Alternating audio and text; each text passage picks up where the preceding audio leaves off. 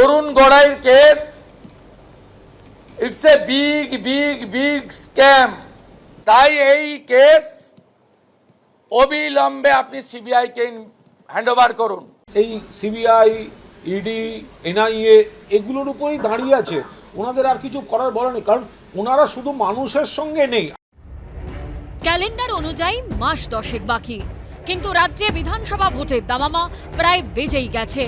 কিন্তু তার আগে অন্যতম ইস্যু হয়ে উঠেছে ভুয়ো ভোটার। জানিয়ে এবার রাজ্যের মুখ্য নির্বাচনী আধিকারিকের কাছে দরবার করলেন শুভেন্দু অধিকারী। ফের দাবি তুললেন সিবিআই তদন্তের। কখনো দুই কেন্দ্রে একই ব্যক্তির নাম, কখনো এ রাজ্যের ভোটার তালিকায় বাংলাদেশের নাগরিকের নাম। গত কয়েক মাসে ভোটার তালিকায় সামনে এসেছে এমন একের পর এক গড়মিল, জানিয়ে উত্তাল হয়েছে রাজনীতি। সম্প্রতি এই ভোটার তালিকায় অনিয়মের অভিযোগে দক্ষিণ 24 পরগনার কাকদ্বীপের সহকারী সিস্টেম ম্যানেজার অরুণ গড়াইকে সাসপেন্ড করেছে মুখ্য নির্বাচনী আধিকারিকের দপ্তর। সোমবার বিরোধী দলনেতা অবশ্য দাবি করলেন এর নেপথ্যে রয়েছেন জেলা প্রশাসনের শীর্ষ কর্তারা। এই ঘটনায় সিবিআই তদন্তেরও দাবি তুলেছেন শুভেন্দু অধিকারী। আমরা প্রশ্ন করেছিলাম ইসিআই কার অর্গানাইজেশন। ইলেকশন কমিশনারের প্রতিনিধি বলেছেন ইউনিয়নের, মানে দেশের অর্গানাইজেশন।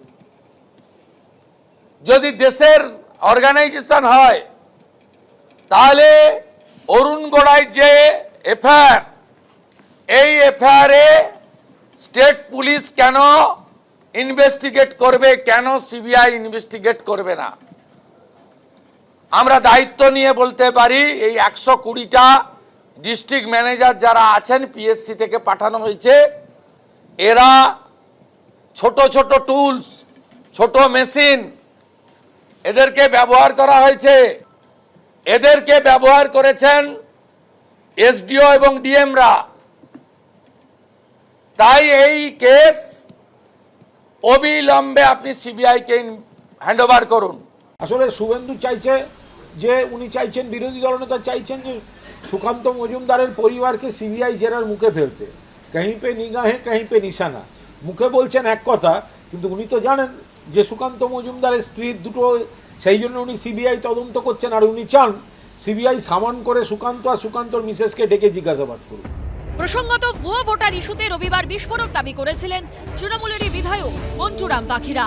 তিনিও কাকদ্বীপ এসডিও অফিস এবং বিডিও অফিসের কিছু সরকারি কর্মচারীকে কাঠগড়ায় তুলেছেন। কিছু দালাল চক্র আর কাকদ্বীপ এসডিও অফিস এবং বিডিও অফিসের কিছু সরকারি কর্মচারী আমলা, তার সঙ্গে নামখানা বিডিও অফিসে বা যারা নামখানা ব্লকে এই নির্বাচনের কাজটা করেন, তারা এই অনিয়ম এবং এই চক্রের মধ্যে জড়িয়ে আছে, যুক্ত আছে। তাদেরকেই প্রশাসন বার করুক, সেটা তাদের কাজ, কাজটা আমাদের নয়। অর্থের বিনিময়ে হাজার হাজার টাকা, লক্ষ লক্ষ টাকার গল্প এখানে।